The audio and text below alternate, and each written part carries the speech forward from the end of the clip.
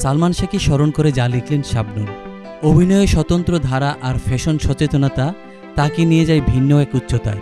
হয়ে উঠেছিলেন নিজেই নিজের প্রতিদ্বন্দ্বী। তিনি বাংলা চলচ্চিত্রের ক্ষণজন্মা নায়ক সালমান শাহ।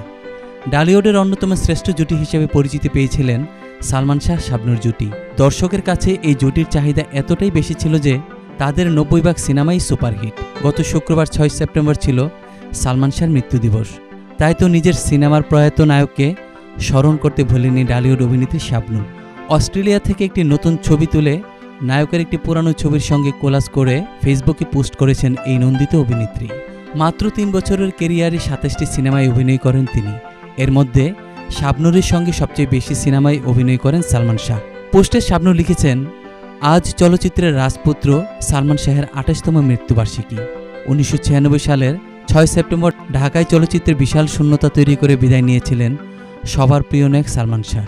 ক্ষণজন্মায় এই নক্ষত্রের প্রতি বিনম্র শ্রদ্ধা, ভালোবাসা এবং তার আত্মার মাগফিরাত কামনা করছি। ওপারে ভালো থেকো সালমান। সালমান শাবনূরের জুটিকে ডালিউডের সেরা জুটি বলা হয়। দর্শকের কাছে এই জুটি জনপ্রিয় ছিল। সালমান শাহ এবং শাবনূরের বেশিরভাগ সিনেমা সেই সময় দর্শকের মন জয় করেছিল। 1970 সালে 19 সেপ্টেম্বর সিলেটে জন্মগ্রহণ করেন সালমান শাহ। তার প্রকৃত নাম ছিল শাহরিয়ার চৌধুরী ইমন। বাবা কমর উদ্দিন চৌধুরী ও মা নীলা চৌধুরী। কেরিয়ারের শুরুতে ছোট পর্দায় কাজ করেছেন সালমান শাহ। আকাশ ছোঁয়া, দোয়েল, সব পাখি ঘরে ফেরে, সৈকতে সারস, নয়ন ও স্বপ্নের পৃথিবী নাটকে অভিনয় করেছেন তিনি। পাশাপাশি অনেক বিজ্ঞাপনও করেছেন। এ তারকার সর্বশেষ সিনেমা ছিল বুকের ভেতর আগুন।